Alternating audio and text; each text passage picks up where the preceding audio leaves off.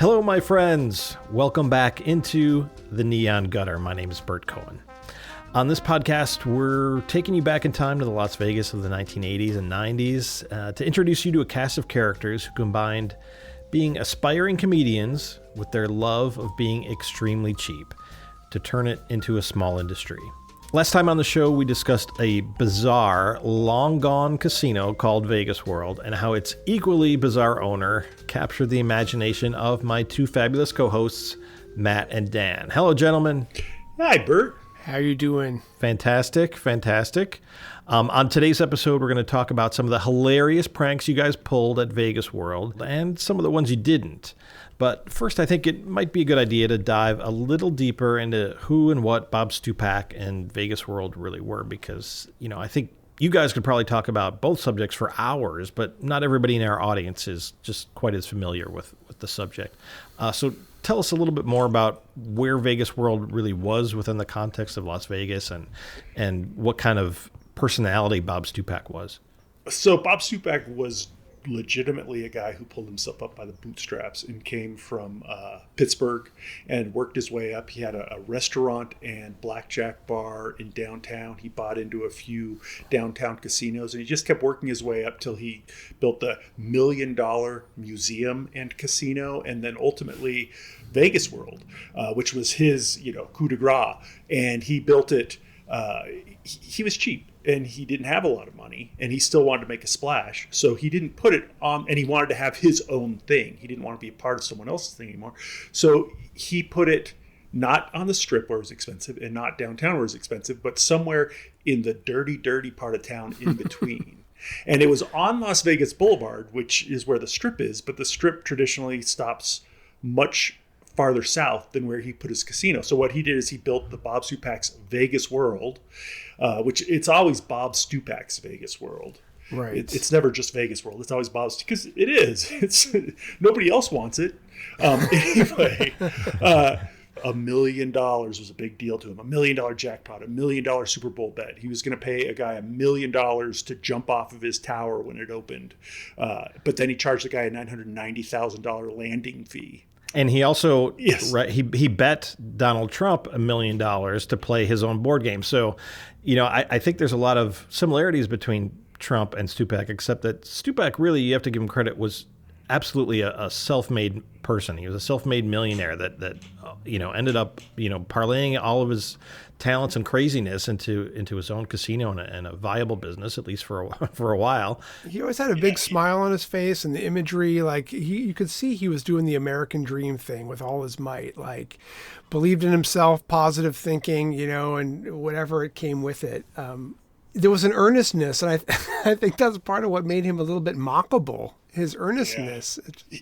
There was a vulnerability to it, like that he had, it was just so clear he wanted people to go, wow, Bob Stupak, putting his name in 20-foot tall letters on the building, putting it in the carpet, putting it on his face on the cards, putting a huge portrait of himself in his casino.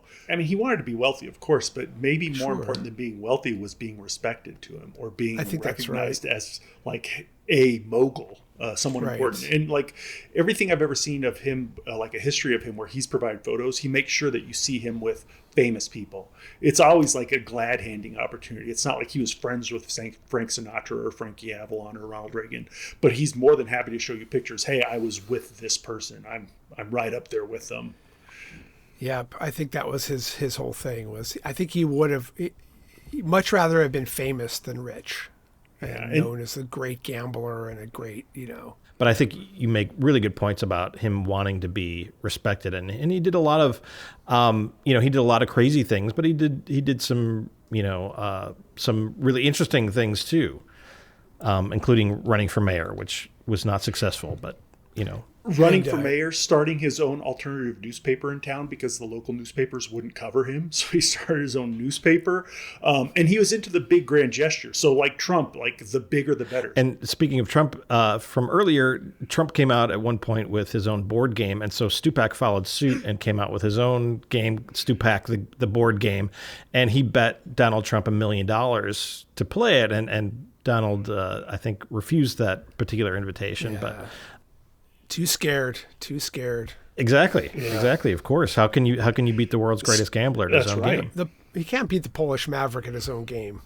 But we should point out we also played Stupak the board game, and I think we were challenged to play for $8. Who has it? Is it you that has it? You've got it. Bert, nice. Okay, good. Yeah, and so I think we're going to play it on a later episode of the podcast, so everybody can get a good sense of how game. good a game this is. Exactly. Yes. And one of the other things about Stupak was that later on, after we had kind of established ourselves in Vegas, we made a short movie about two flamboyant magicians who are down on their luck who turn to fighting crime and solving mysteries. And we reached out to, actually, Bert, you were the director, and you reached out to Bob Stupak to see if he would appear in it. And what happened? Yes. So, we were making this little short film, and we needed to cast someone as the mayor of Las Vegas. And who better than the man who ran for Las Vegas, mayor of Las Vegas, Bob Stupak. So somehow I don't even remember how, got a hold of him. This was late 90s at some point. And got him on the phone and talked to him for about 5 minutes, and he was, we were literally making this for, $19 a day, pretty much, like the trip reports are. And he wanted $50,000 to appear as mayor of Las Vegas. That was not something we were able to do at the time, so we had to graciously decline. But I did actually get Bob on the phone and talk to him for a few minutes. Wow. And that the story of that film will also be another episode of the podcast a little bit later. I'm jealous that you got to talk to him. You got to talk to him more than once, it sounds like. Just the one time. Okay. I did see him another time in Las Vegas at the Peppermill, which I don't know if any of our listeners are familiar with the Peppermill restaurant on the North Strip. One of my favorite restaurants still. The world's greatest coffee shop. Truly. Yes. It's great. Exactly. It's a little less great now because it's so popular. It's hard to get into these days. But I had lunch one time and Bob just happened to be having lunch there at the same time. And that was kind of thrilling at the time to see Bob Stupak at the next table. But I also remember anytime I was around the North Strip or the Stratosphere area, we always used to go into White Cross Drugs, which was a little drugstore that had a lunch counter that was just north of the Stratosphere. Because legend has it was that Bob ate lunch there all the time, and so we would just wander in there if we happened to be in the neighborhood just to see if we could catch a glimpse of Bob. Never did, but his aura was always around for sure. So I remember when we were doing Presto PI, our film, and we had thought, let's reach out to Bob Stupak. And I had kind of had a number in my head that if he would do it for that price, we would do him. And the top number I thought of was $1,200. So, so $50,000 was a lot. But can you imagine? Yeah. And $1,200 would have been that would have been outside our budget. For us. Yeah. I know, totally. But can you imagine if we'd have gotten to meet him there? Like, which of us would be the first one to have said to him, "Hey, Bob, do you remember that time you found that beef tongue?" So our listeners don't know about the beef tongue, no, but not yet. let's get into the beef tongue because that's one of the first pranks you guys ever did, and today we're going to be talking a lot about the pranks you guys did at Vegas World and in Las Vegas. Talk to us a little bit about that first prank. How did you come up with the ideas? Why did you come up with the idea to do pranks? It's just not a normal thing that most people go to Vegas to do. There's lots of things that people go to Vegas to do.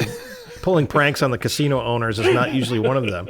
So how did that come about? And it always has been for us. Yeah, so talk about the origin of that a little bit. Yeah, we all met it goes back to that we all met in comedy club at UC Irvine. That's where Matt and Mike and Phil and I met.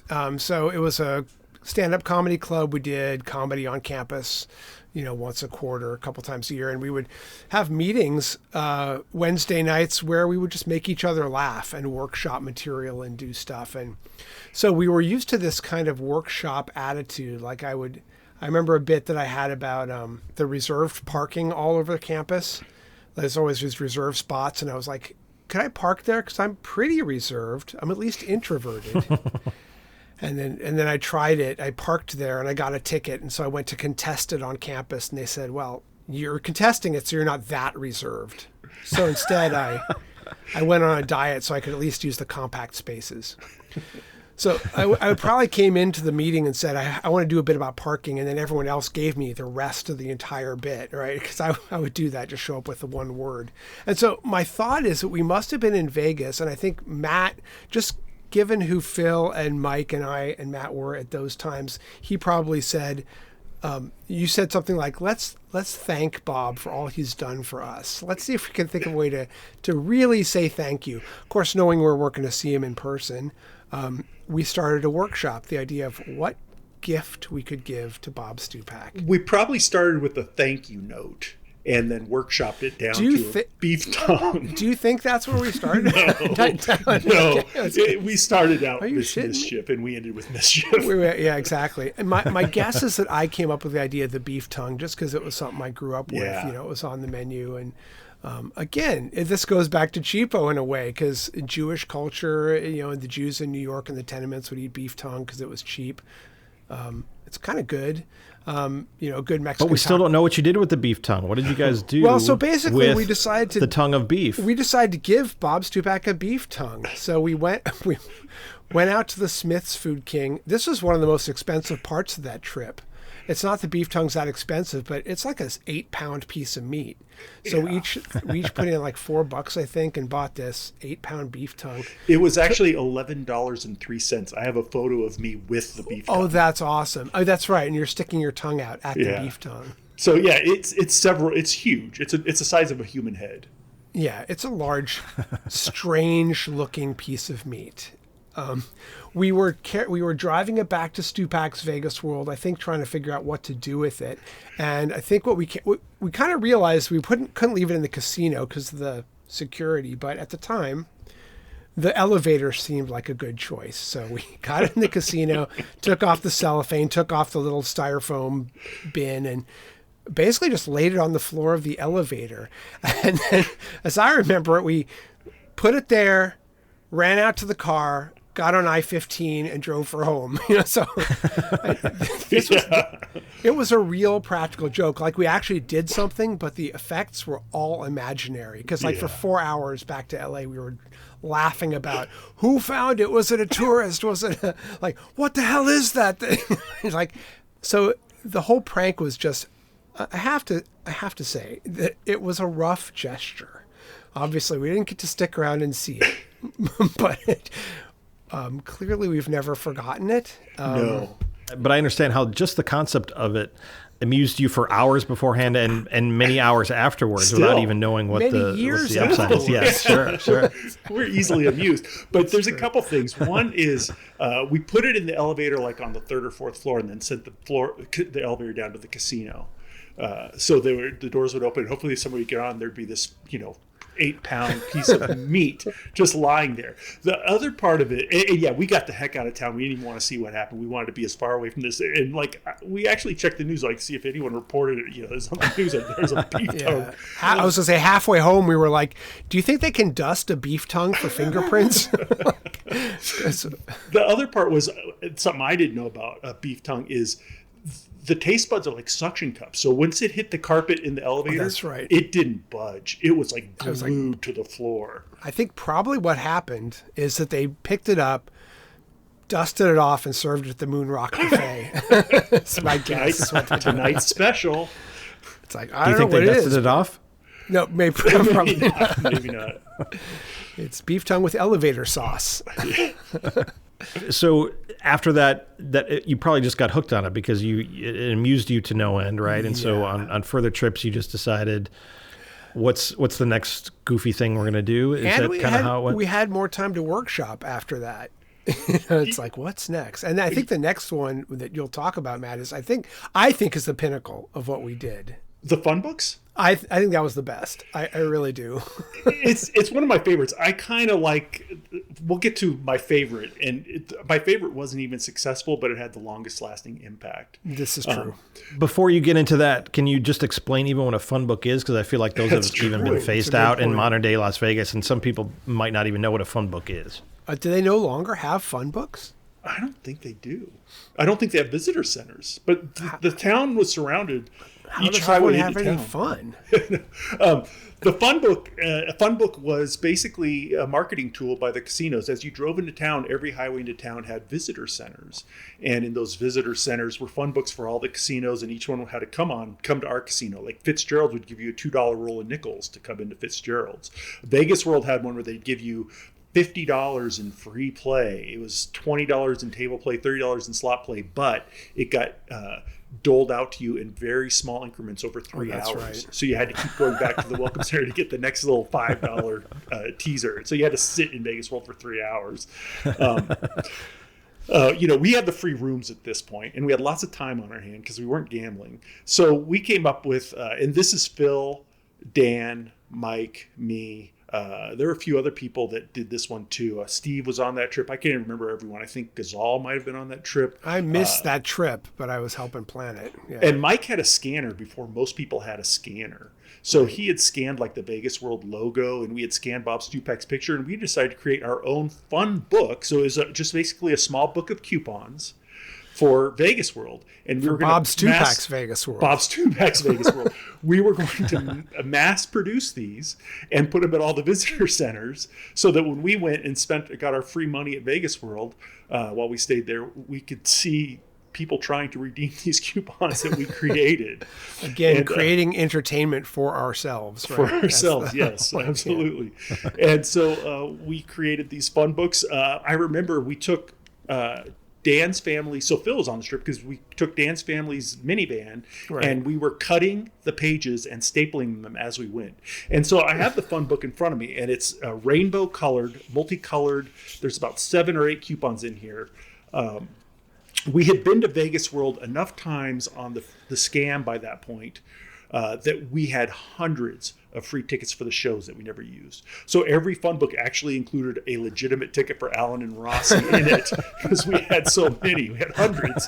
Do you want to read some of the other coupons in there? Yes. Yeah, what else was in there? The first page was my personal guarantee. Each coupon in this booklet is valid for the items listed, with a big picture of Bob Stupak. You will receive exactly what is printed on each coupon and often more. There are no gimmicks. There are no tricks. Please read each coupon carefully to make the most of this booklet and know exactly what you're entitled to. Sincerely, and then Bob Stupak's signature, and next to him, his face. So the first one, it's the meta coupon. It's the it's just to legitimize it. Right. The next one is a free $10 in slot play. On that coupon, we created a little slot machine, and the reels had all come up with Bob Stupak's face. So it was 3 Bob Stupaks, and you got free $10 in slot play. You just had to redeem it, and it was valid for all dollar carousels in regular slots, specially set aside for valued customers like you, and not people using real money. One was a free ice cream cone, where the stars do shine, with a picture of Bob Stupak with ice cream covering his face. And this one was good at the Bob Stupak's Vegas World Sweet Shop, which didn't exist. Oh, that's right. I was going to ask if there was actually a place to get ice cream in the casino. No. Okay. My favorite was the free space nachos. And that one had a picture of Bob Stupak wearing a sombrero sitting next to a big plate of nachos. And help us salute our friends from south of the border with this traditional Mexican delicacy. Yeah, I'm realizing the Stupak art you did in that is kind of presaging the cheapo boy. And, yeah, that's true. We'll get to that Casino later, boy, yeah. Casino boy. So this is all pre-Photoshop too. How did you guys put all this stuff together? Pens Mike and had the pencils. scanner. Mike had like this. Yeah, I know, but you had to do all the artwork and how'd you do all the layout and the doctored up photos of Bob and cut all it that?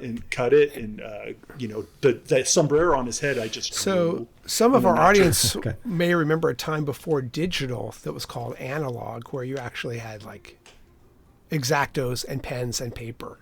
Yeah, we'll put That's these on what we the website. use, Sonny boy. Okay. We'll put these on the website so you can see what they look like. They were pretty good for their time. Now you'd look at them and go like, that doesn't look like a real coupon. But the coupons back then weren't that great. And also Stupak coupons weren't that great. So. Yeah, this one has it came with Vegas World Special cheese with a Z topping. Free t-shirts for only $5. Another of my favorites is free Kino crayon. Present this coupon to any Keno runner to receive absolutely free a professional quality Keno player's crayon. A professional Keno player's crayon. Professional quality. Yeah. And also, it's of a guaranteed quality and usable for Keno games at Vegas World. Keno crayons, of course, are complimentary any Keno parlor you go to in Las Vegas. Yes. Yeah. So these guys drove them down to the first they stopped at the visitor center at the California border, but you guys also made a trip south to the Arizona border to put some in that visitor center too. And in the visitor center within the city, like on Las Vegas Boulevard. Yeah. So amazing. we went in and we were looking at the fun books that were there for all the other casinos, and then we just dropped a bunch of these into the display bins at those different visitor centers. So there were hundreds of them out there in circulation at one point. Yeah. Yeah. So I'm actually a little surprised in hearing about the coupons that you didn't go a little bigger on them. Like you didn't you give people $1,000 in free slot play, or 10 times their bet on blackjack or something like that. Was there any talk about really putting the screws to the casino with these valid, guaranteed coupons? I think we wanted to make them believable enough that the casino employees would go, well, I guess it's real. Okay. Yeah. So and believable enough, next to the other fun books in the visitor centers as well. So I think that was the plan. And so that trip that weekend, we did see very confused people working the welcome center in Bob Stupak's Vegas World, and very confused customers holding these fun books and trying to get them redeemed.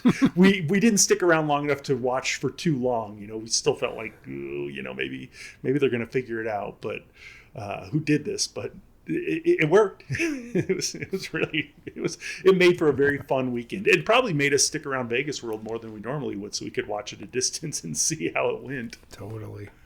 Well, that was definitely not the last prank you guys would pull at Vegas World.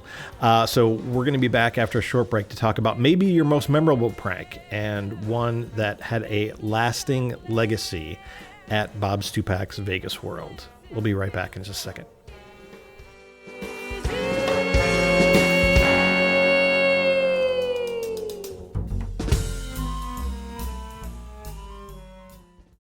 Take it to the max. Come on and let yourself go. Take it to the max. It's something you should know. Take it to the max. When it's time to party at the Maxim Hotel and Casino. Classic cars, race cars, muscle cars, and more. Dream cars, the cars of the stars, cars that made automotive history. They're all here in the Auto Collections at the Imperial Palace, the world's largest and finest classic car showroom. Buy, sell, trade, or just enjoy the styles and stories of these vintage automobiles. Located on the 5th floor of the parking facility, open daily. There's always something new to see in the Auto Collections, Center Strip at the Imperial Palace.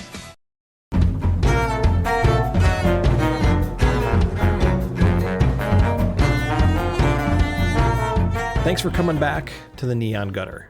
We've been talking some more with Dan and Matt about Bob Stupak's Vegas World and Bob Stupak, and more specifically the pranks that they entertained themselves with while they were visiting the hotel.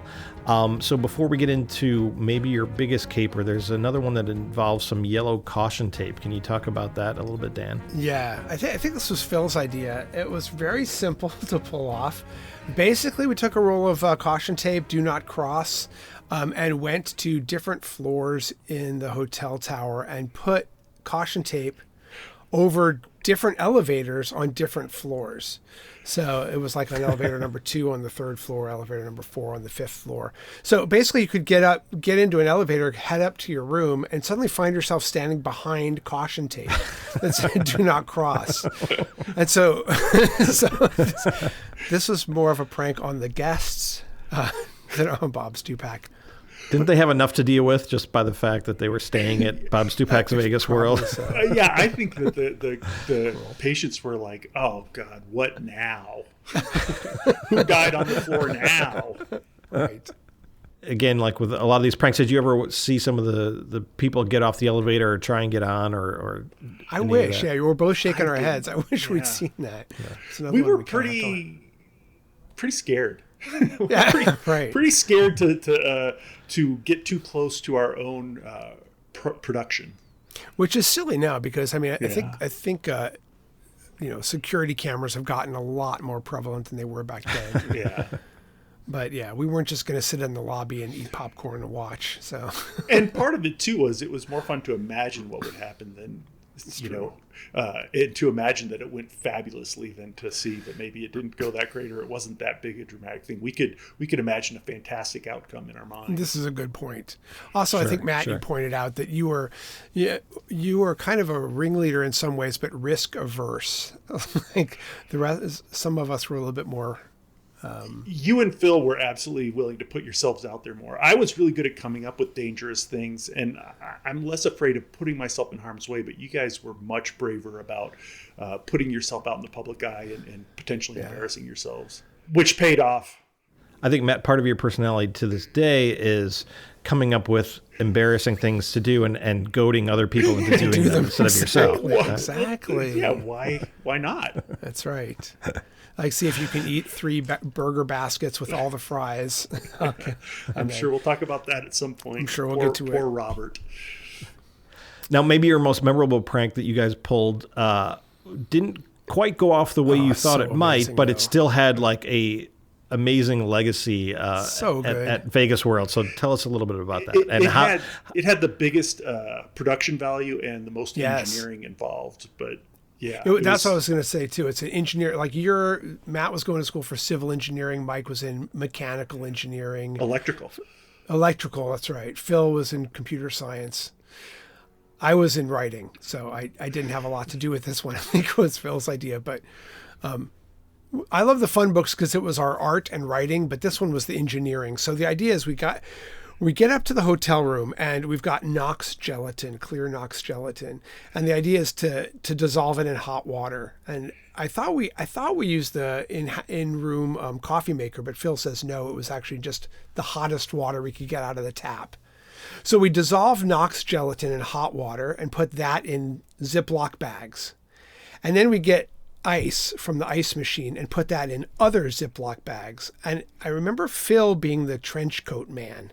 So he on one side of his body, he had several Ziploc bags full of hot liquid Knox gelatin liquid. And then the other side of his body, a bunch of baggies of ice cold water.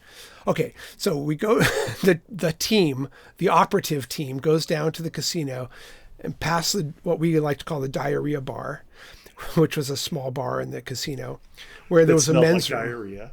That's why we called it the diarrhea bar. Exactly. And I guess coincidentally or not coincidentally, there was a men's room right behind the diarrhea bar.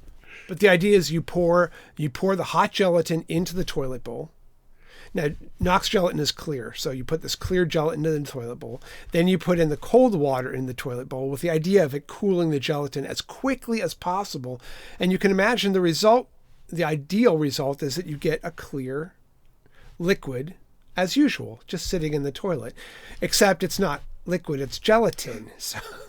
So this one we refer to as the bouncy turds prank. So it's just so anything that happens on top of it just sort of sits on top, right? So now to make sure it hardens, this was the genius part. Mike, who had the scanner, took a piece of Bob Stupak's stationery and found a font. I think it was Quicksilver. I should ask Phil to be sure. He's our font expert.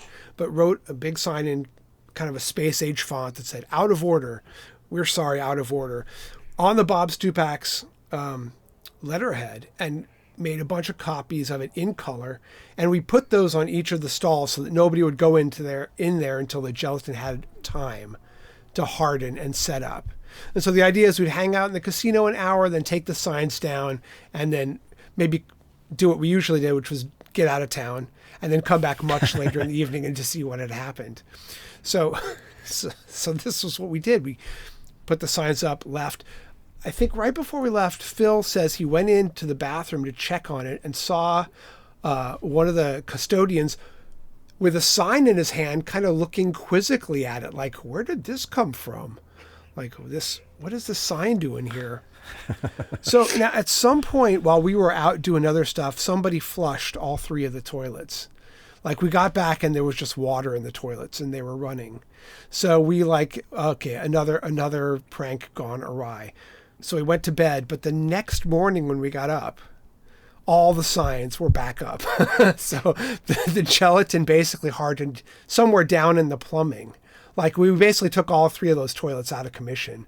It didn't gel in the bowl, but those were no longer operative toilets for that trip. The turds didn't bounce. And in fact, there's a little more engineering to it in that we had chosen a very late time, like 2 a.m., because we wanted the casino to be fairly dead. We wanted the bathroom to be fairly dead. And we went down and scoped it out a couple times. And it was the most alarming thing. Every time we went, there was like a janitor in the bathroom. It's like, this is the only place in Vegas World where somebody's cleaning. And there's like always a guy in there. So it took us a while till we could get in there and like dump this stuff. And it was Phil and me, and I can't remember who else, but I can't remember what time of year it was, but I had a huge heavy jacket on so I could smuggle in this gelatin and this ice and dump it in the toilets. Yeah. So yeah, it didn't work the way we wanted it to, but it did give us we did damage on the order of at least 3 bottles of Drano, I think is what happened.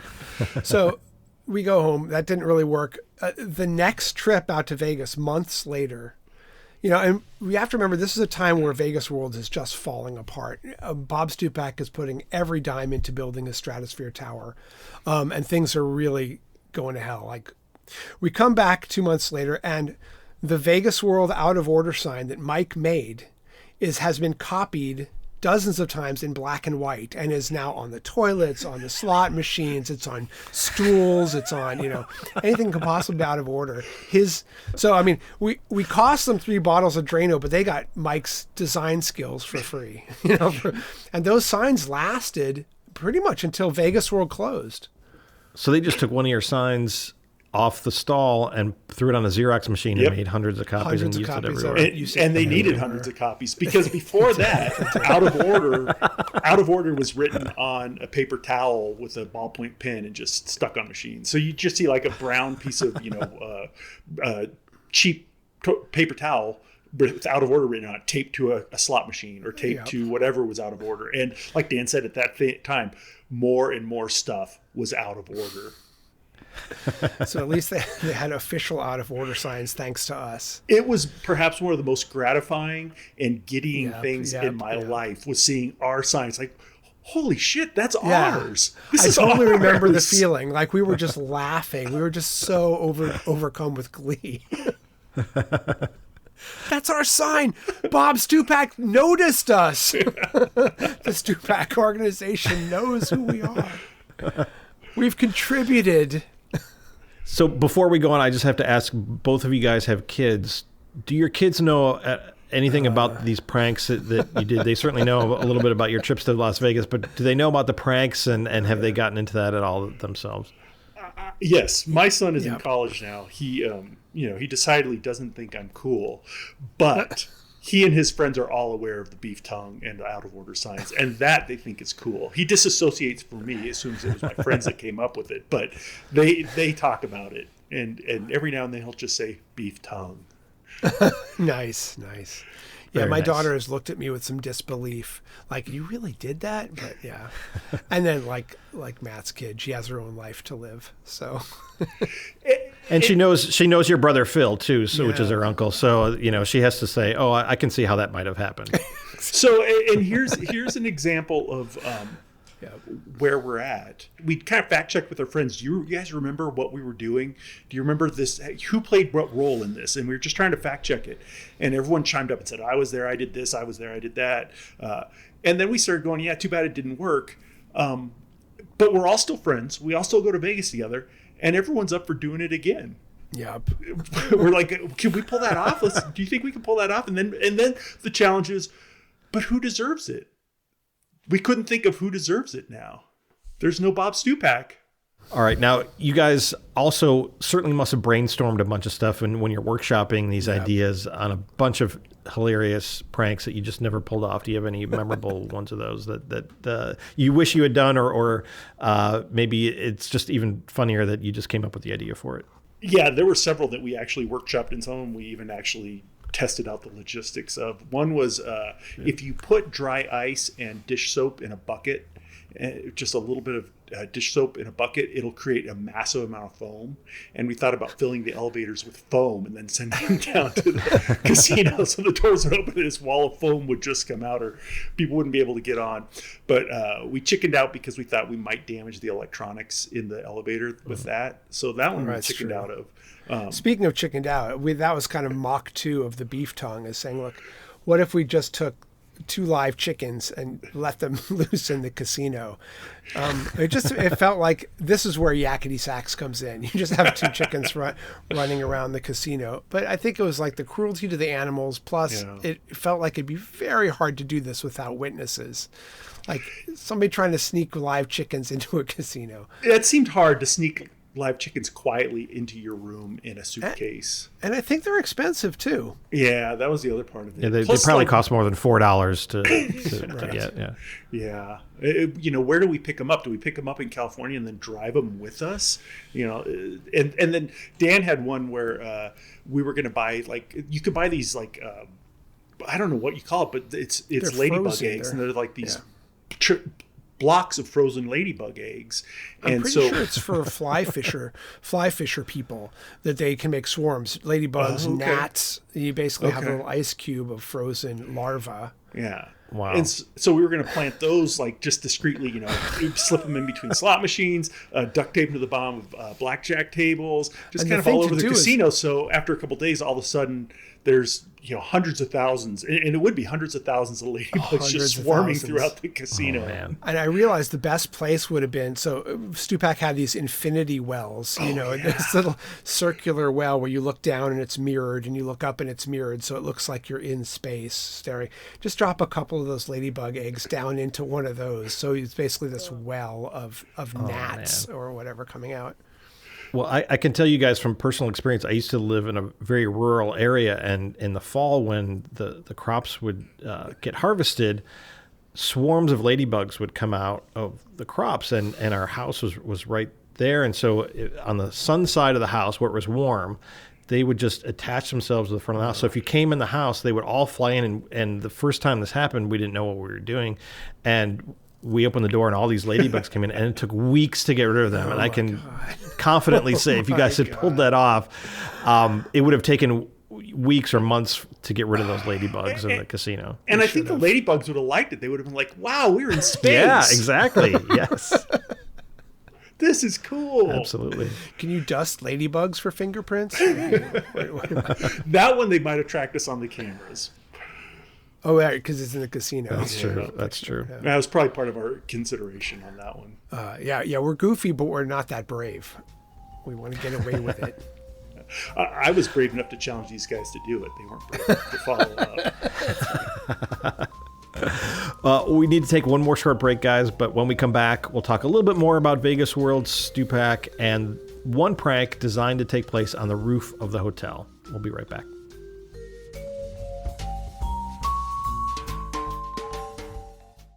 I heard talk about the new frontier all over the city. Then I saw the new frontier. How pretty.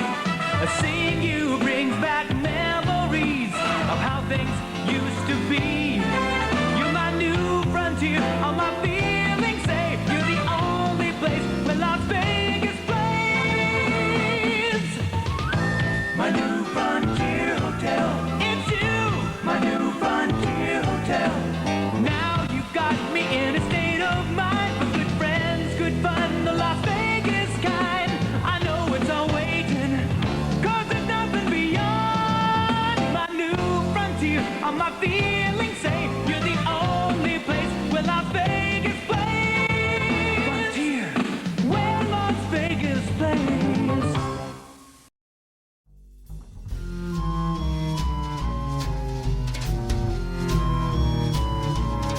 We're back in the Neon Gutter. Now, I think, guys, there's one more sky-high prank we haven't talked about yet. Give us some details. So another one that we never pulled off, and it was because we were afraid of doing permanent damage, was Vegas World had a pool on its rooftop when he built his big tower, not the Stratosphere Tower, but when he built his hotel tower, he put a pool on the roof, which was I think the only other place in town that had that was Binion's.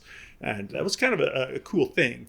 But putting it that high in the air creates a lot of gravitational pull or potential energy. And so we thought, if we go up there in the middle of the night when nobody's swimming, stick a hose in the pool, suck the water through and drop it off the side of the building. By morning, the pool's going to be drained. We could siphon that whole pool overnight.